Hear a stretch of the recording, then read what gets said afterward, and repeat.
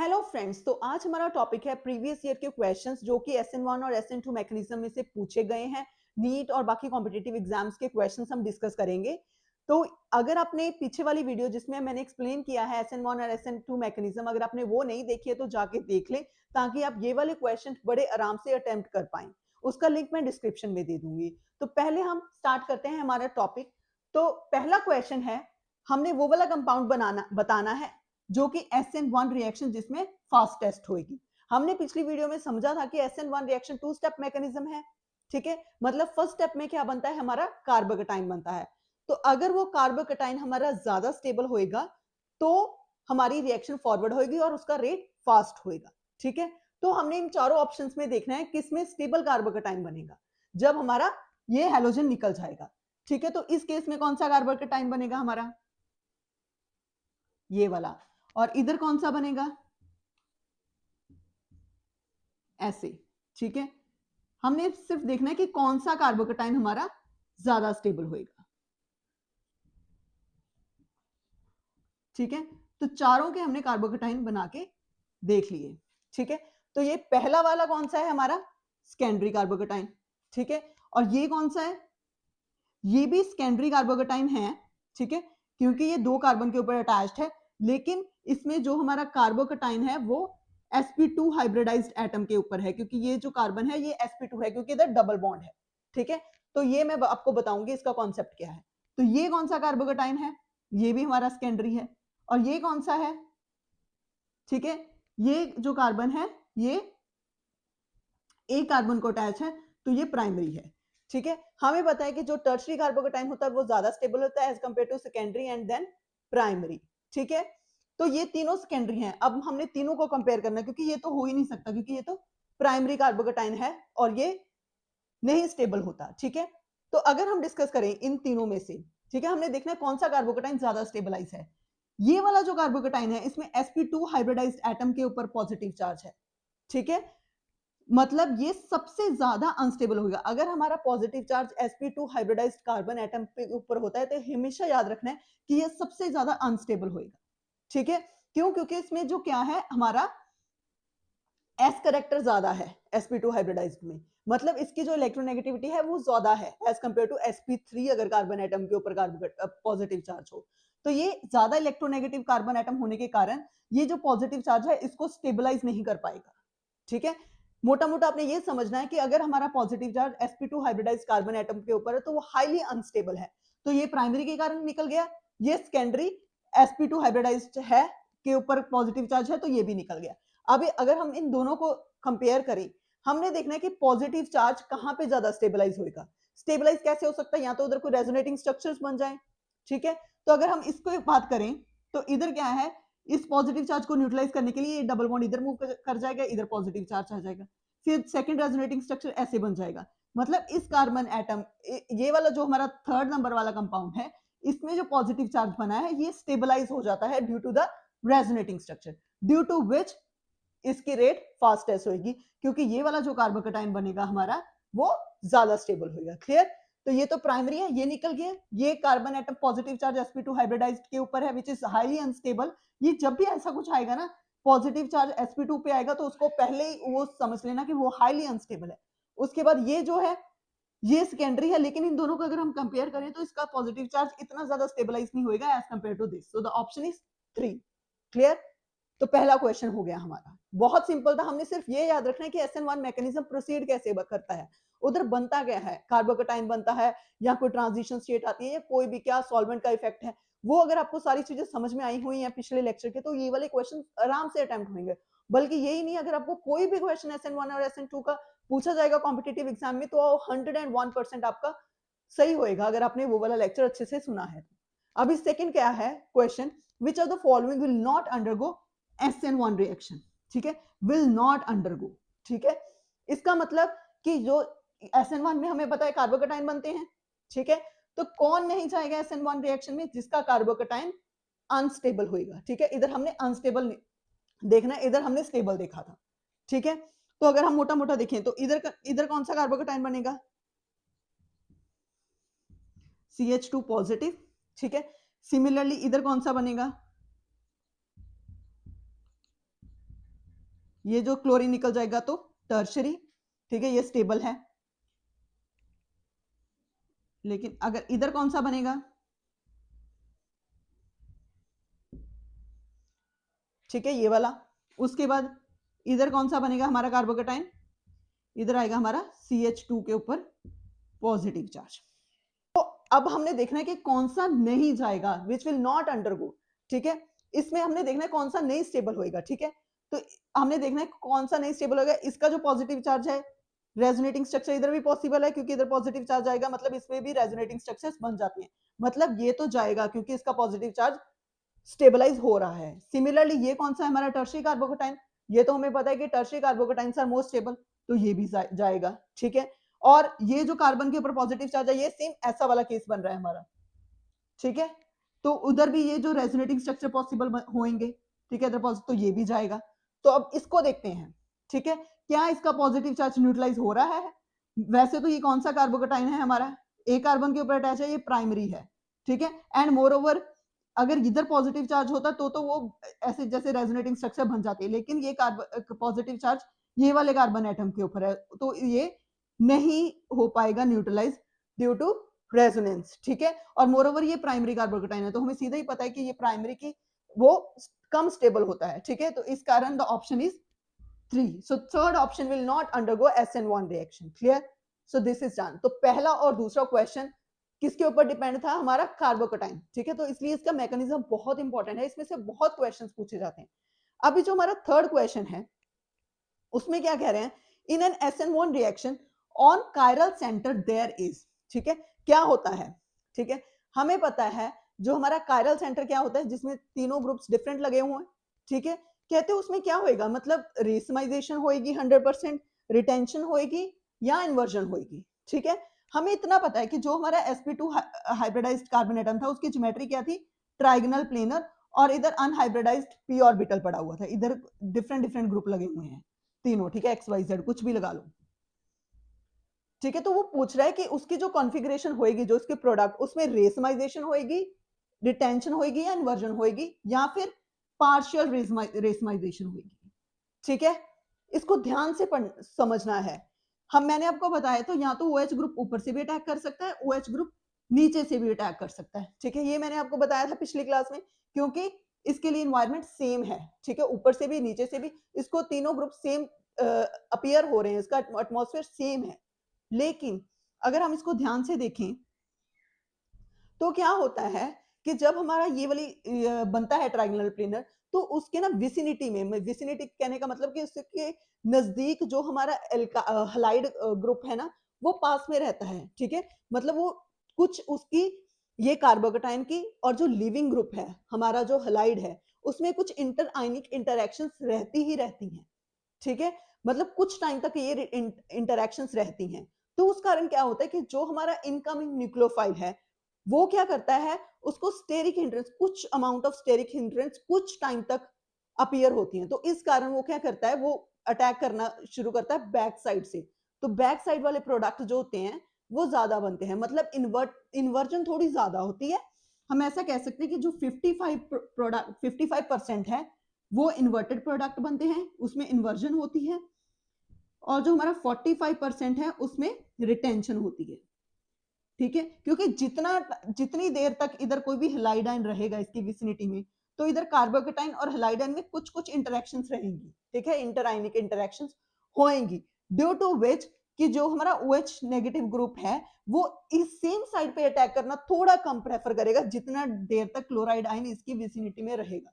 लेकिन जब ये चला जाएगा तो वो इधर से भी कर सकता है, इधर से भी कर सकता है, ठीक है। लेकिन जितनी देर तक वो इधर इसके विसिनिटी में था, तो उधर जो हमारा इनकमिंग न्यूक्लियोफाइल है उन्हें उस साइड पे अटैक करना प्रेफर नहीं किया। तो इस कारण क्या हुआ, पीछे वाली साइड से ज्यादा अटैक हुआ, तो due to which inverted configuration थोड़ी सी ज्यादा बनी एज कंपेयर टू रिटेंशन, ठीक है। तो हम ये कह सकते हैं कि सेकंड ऑप्शन करेक्ट है, क्योंकि there is slightly more inversion, ठीक है, क्योंकि हल्का सा उधर को ये हलाइड ग्रुप प्रेजेंट है, तो वो इनकमिंग न्यूक्लियोफाइल को आने को थोड़ा सा रेजिस्ट करेगा, ठीक है। तो इस करके inversion is more than the retention leading to partial racemization, ठीक है। कुछ कुछ रेसमाइजेशन है, 55% इन्वर्जन है एंड 45% रिटेंशन है। तो ये तीनों क्वेश्चन SN1 रिएक्शन के ऊपर बेस्ड थे। अभी हम आगे प्रोसीड करते हैं बाकी क्वेश्चन। अभी जो हमारा फोर्थ क्वेश्चन है वो क्या है, क्वेश्चन क्या है, when hydrolyzed with aqueous QH the compound that undergo racemization are. ठीक है, हमने देखना है कौन से कंपाउंड पे रेसमाइजेशन होगी। ठीक है, रेसमाइजेशन होने की कंडीशन क्या है कि हमारे पास कायरल कार्बन होना चाहिए। कायरल कार्बन क्या होता है, जिसमें चारों के चारों ग्रुप डिफरेंट लगे हैं। ठीक है, सिंपल। जब रेसमाइजेशन हमने पढ़ लिया उसका मतलब उधर कायरल कार्बन होना चाहिए। तो हम ढूंढते हैं इधर कायरल कार्बन कहां पे है, मतलब कौन से कार्बन के ऊपर चारों ग्रुप्स डिफरेंट लगे हुए हैं। अगर हम इसकी बात करें तो इधर क्या है, CH2, मतलब 2 हाइड्रोजन लगे हुए हैं, ये कायरल कार्बन नहीं है। अगर इसकी बात करें तो ये वाला कार्बन क्या कायरल कार्बन है, नहीं, क्योंकि इधर 2 हाइड्रोजन ग्रुप्स लगे हुए हैं। ठीक है, तो ये भी कायरल नहीं है, इधर भी रेसमाइजेशन नहीं होगी। अगर हम इसकी बात करें तो इधर भी 2 hydrogen, this is also not chiral. अगर हम इसकी बात करें तो इधर क्या है, एक हाइड्रोजन, एक क्लोरीन, एक मिथाइल और एक इथाइल ग्रुप। ठीक है, मतलब इधर चारों जो हमारे ग्रुप्स हैं वो डिफरेंट लगे हुए हैं, मतलब इसमें रेसमाइजेशन पॉसिबल है। तो द आंसर इज 4। ठीक है, मतलब ये तीन ऑप्शन दी हुई है 1 and 2, 2 and 4, तो हम सी ऑप्शन पे क्लिक करेंगे विच सेज फोर्थ ओनली, मतलब इसके ऊपर ही रेसमाइजेशन पॉसिबल है। क्लियर। अभी हमारा फिफ्थ क्वेश्चन क्या है, वो असर्शन रीजनिंग का क्वेश्चन है, ये भी एग्जाम में पूछा गया है। असर्शन क्या है कि जो ये वाला कंपाउंड है it undergo SN2 faster as compare to ये क्लोरीन वाला कंपाउंड। मतलब अगर इधर आयोडीन लगा हो और इधर क्लोरीन लगा हो तो इसकी एसेंटो फास्ट होगी। हमने पिछली क्लास में पढ़ा था कि जितना अच्छा लिविंग ग्रुप हो, ठीक है, उतनी ज्यादा SN2 रिएक्शन फास्ट होती है। हमें पता है इसमें जो ये लिविंग ग्रुप है इसके ऊपर डिपेंड करेगा। ठीक है, तो रीजन क्या दे रहे हैं कि iodine is a better leaving group, हमने यही पढ़ा था। ठीक है, रीजन भी इसका करेक्ट है, असर्शन भी करेक्ट है। ठीक है, और वो उसकी करेक्ट एक्सप्लेनेशन भी है। ठीक है, so the answer is C. Correct explanation कैसे है, क्योंकि ये जो आयोडीन है ये बेटर लिविंग ग्रुप है, तभी इसकी SN2 रिएक्शन फास्ट होती है। बेटर लिविंग ग्रुप क्यों है, क्योंकि इसका जो आयोडीन का I नेगेटिव से निकलेगा ना, मतलब इसका साइज क्या है, बड़ा है, तो ये नेगेटिव चार्ज को अच्छे से स्टेबलाइज कर लेगा। ठीक है, एंड मोर ओवर ये I नेगेटिव ये है वीक बेस भी है। ठीक है, सो इसका असर्शन भी करेक्ट है और इसका रीजन भी करेक्ट है। सो ये हमारा सेकंड क्वेश्चन भी डन हो गया। देखो कितने सिंपल क्वेश्चंस पूछे गए हैं, ये सारे क्वेश्चंस पूछे गए हैं हमारे कॉम्पिटिटिव एग्जाम्स में। ठीक है, अभी जो हमारा सिक्स्थ क्वेश्चन है वो तो और भी सिंपल है। 4 रिएक्शंस दी हुई हैं, उन्होंने पूछा है कि कौन सी एग्जांपल है न्यूक्लियोफिलिक सब्स्टिट्यूशन रिएक्शंस की। हमें पता है न्यूक्लियोफिलिक सब्स्टिट्यूशन रिएक्शन क्या होती है, जिसमें एक न्यूक्लियोफाइल दूसरे न्यूक्लियोफाइल को रिप्लेस कर देता है। तो अगर हम ऑप्शंस में देखें, ये भी न्यूक्लियोफाइल है, ये OH नेगेटिव न्यूक्लियोफाइल है, तो ये इसकी जगह पे आके बैठ गया, ROH और KX निकल गया। ठीक है, तो ये क्या हुई हमारी न्यूक्लियोफिलिक सब्स्टिट्यूशन रिएक्शन। तो द आंसर इज फर्स्ट। ठीक है, तो ये भी 3 क्वेश्चन बहुत इंपॉर्टेंट हैं और बहुत ही सिंपल हैं। अभी हम नेक्स्ट क्वेश्चन डिस्कस करते हैं। क्वेश्चन क्या है, which one is most reactive towards SN1 reaction. ठीक है, हमें पता है SN1 रिएक्शन में क्या होता है, हमारा कार्बोकेटाइन बनता है, तो जो स्टेबल कार्बोकेटाइन होगा वो ज्यादा स्टेबल होगा। ठीक है, मतलब हमारा टर्शियरी कार्बोकेटाइन ज्यादा stable than secondary and then primary and so. ठीक है, तो हमने देखना है टर्शियरी कार्बोकेटाइन कहां पे बन रहा है और कौन ज्यादा स्टेबलाइज हो रहा है। तो अगर इधर ब्रोमीन जाएगा तो ये कार्बोकेटाइन इधर कार्बन पॉजिटिव चार्ज एज्यूम कर लो कि ब्रोमीन निकल गया। ठीक है, इधर यहाँ पे कार्बोकेटाइन बनेगा, इधर यहाँ पे और इधर यहाँ पे। हमने देखना है कौन सा कार्बोकेटाइन ज्यादा स्टेबलाइज है। ठीक है, तो अगर हम इसकी बात करें, ये वाले कार्बोकेटाइन को हमें पता है कि ये इनटू रेजोनेंस चले जाएगा, इधर दोबारा पॉजिटिव चार्ज आ जाएगा। ठीक है, इधर इसके रेजोनेटिंग स्ट्रक्चर्स पॉसिबल है। सेम इधर 2 रिंग बनी हुई है। ठीक है, तो इधर दोनों रिंग्स के रेजोनेटिंग स्ट्रक्चर्स बन सकते हैं, मतलब ये अगर हम इन दोनों को कंपेयर करें तो ये ज्यादा स्टेबलाइज होएगा ये वाला carbocation due to more resonating structures. अगर हम इसकी बात करें, इधर सिर्फ एक फिनाइल रिंग है, बेंजाइल रिंग है। ठीक है, तो इस कारण इधर कम होएगी रेजोनेटिंग स्ट्रक्चर। लेकिन अगर हम इसकी बात करें तो इधर हमारे पास 3 ग्रुप्स लगे हुए हैं, 2 तो ये रेजोनेंस से स्टेबलाइज करेंगे इस कार्बोकेटाइन को, और मोरओवर इधर हमारे पास CH3 ग्रुप भी है, तो ये भी इस कार्बोकेटाइन को स्टेबलाइज करेगा due to inductive effect and hyperconjugation. ठीक है, तो ये तो इससे भी ज्यादा स्टेबल है क्योंकि इधर हाइड्रोजन लगा हुआ है, इधर हमारा CH3 ग्रुप है, तो ये कार्बोकेटाइन को ज्यादा स्टेबलाइज करेंगे। अगर हम फोर्थ की बात करें तो इधर सिर्फ एक ही हमारे पास बेंजीन रिंग है, तो इधर कम रेजोनेटिंग स्ट्रक्चर्स बनेंगे। ठीक है, तो सबसे ज्यादा हमारा कौन स्टेबलाइज करेगा, ये। ठीक है, तो इसका रेट सबसे ज्यादा होएगा, पहले थर्ड होएगा अगर हम कंपेयर करें तो पहले थर्ड, तो उसके बाद हमारा होएगा फर्स्ट, उसके बाद हमारा होएगा ये वाला, क्योंकि इधर अगर हम सेकंड और फोर्थ को हम कंपेयर करें तो इधर CH3 इसको और ज्यादा स्टेबलाइज करेगा, ठीक है। उसके बाद हमारा सेकंड एंड देन फोर्थ। ये उन्होंने पूछा नहीं, उन्होंने सिर्फ ये पूछा है कि कब किसकी रिएक्शन सबसे फास्ट होगी। तो जितना ज्यादा स्टेबलाइज होएगा हमारा कार्बोकेटाइन उतनी ज्यादा रिएक्शन फास्ट होगी। इसको कौन स्टेबलाइज करता है? 2 benzene rings and 1 CH3 group. अभी हमारा 8th क्वेश्चन क्या है, हमने ऑर्डर ऑफ रिएक्टिविटी बताना है 4 आइसोमर्स का टुवर्ड्स SN2 रिएक्शन, ठीक है। हमें पता है SN2 रिएक्शन में क्या होता था, हमारा ट्रांजिशन स्टेट बनती थी। इनकमिंग जो हमारा न्यूक्लियोफाइल है उसको जब जहां पे लेस स्टेरिक हिंड्रेंस मिलेगी वो ज्यादा स्टेबल होएगा। या हम ऐसा कह सकते हैं इसमें प्राइमरी ज्यादा स्टेबल है, secondary and then tertiary and so on, ठीक है। तो अब हमने देखना है कि कहां पे प्राइमरी बन रहा है, ठीक है।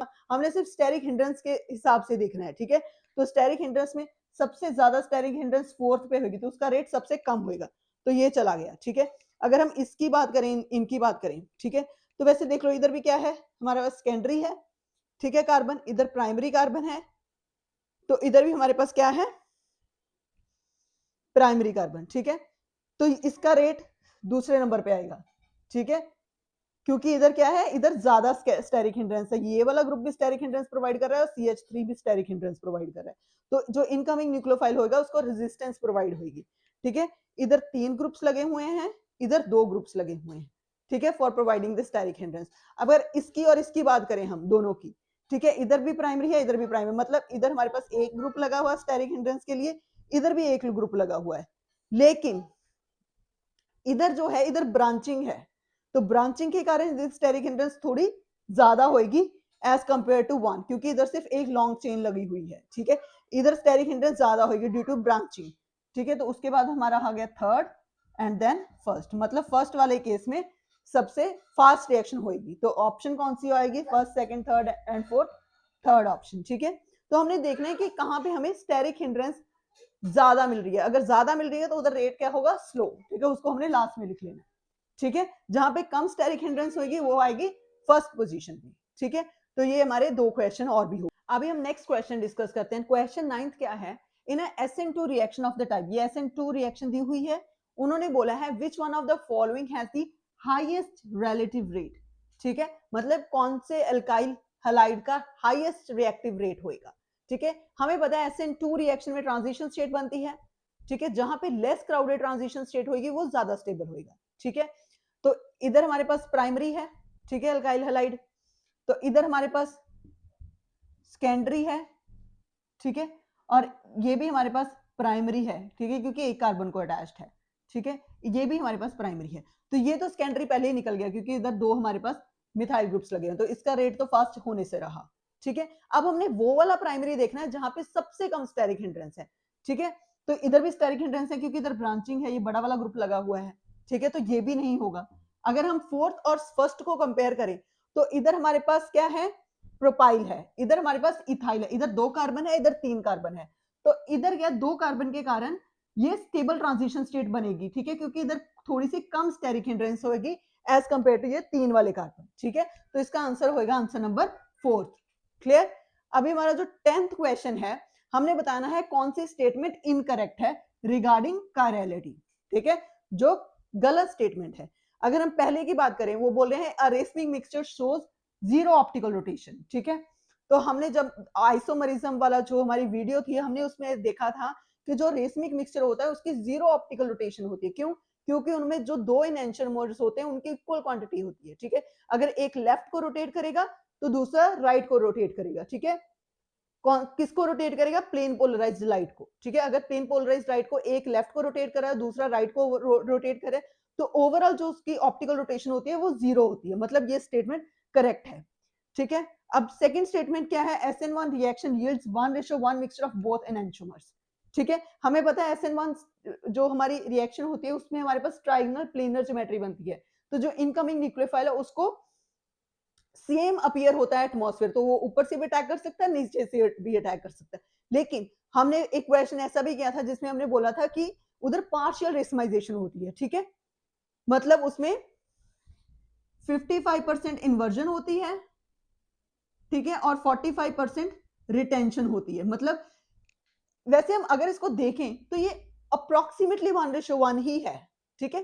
थोड़ा सा जो इन्वर्टेड प्रोडक्ट है थोड़ा सा ज्यादा बन रहा है एज कंपेयर टू रिटेंशन, ठीक है। इसको हम समझ मतलब इसको हम ले लेते हैं ऑप्शन में, लेकिन फिर इसके बाद हमें कंपेयर करेंगे कौन सा ज्यादा गलत है, ठीक है। अगर ऐसा कोई क्वेश्चन आ जाए तो आप देखना है कि किसकी वेटेज थोड़ी ज्यादा है, ठीक है।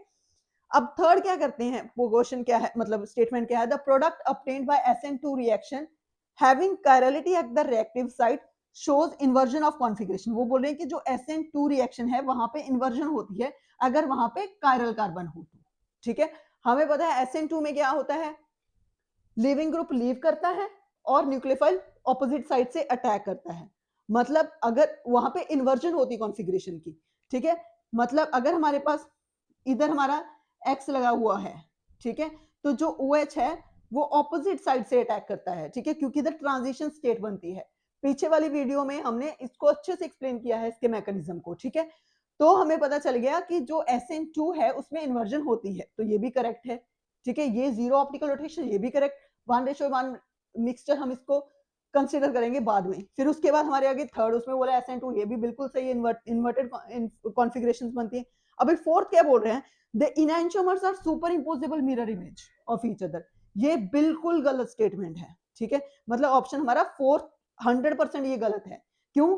क्योंकि जो इनैंशियोमर्स होते हैं वो non super imposable mirror images बनाते हैं। ये भी जब हमने आइसोमरिज्म वाली जो वीडियो है उसमें हमने डिस्कस किया था इनैंशियोमर्स क्या होते हैं, ठीक है। Non super imposable mirror image क्या होती है कि अगर इधर हमारे पास 4 डिफरेंट ग्रुप्स लगे हुए हैं, ठीक है, X, Y, Z, M लगा लो, कुछ भी ग्रुप, ठीक है।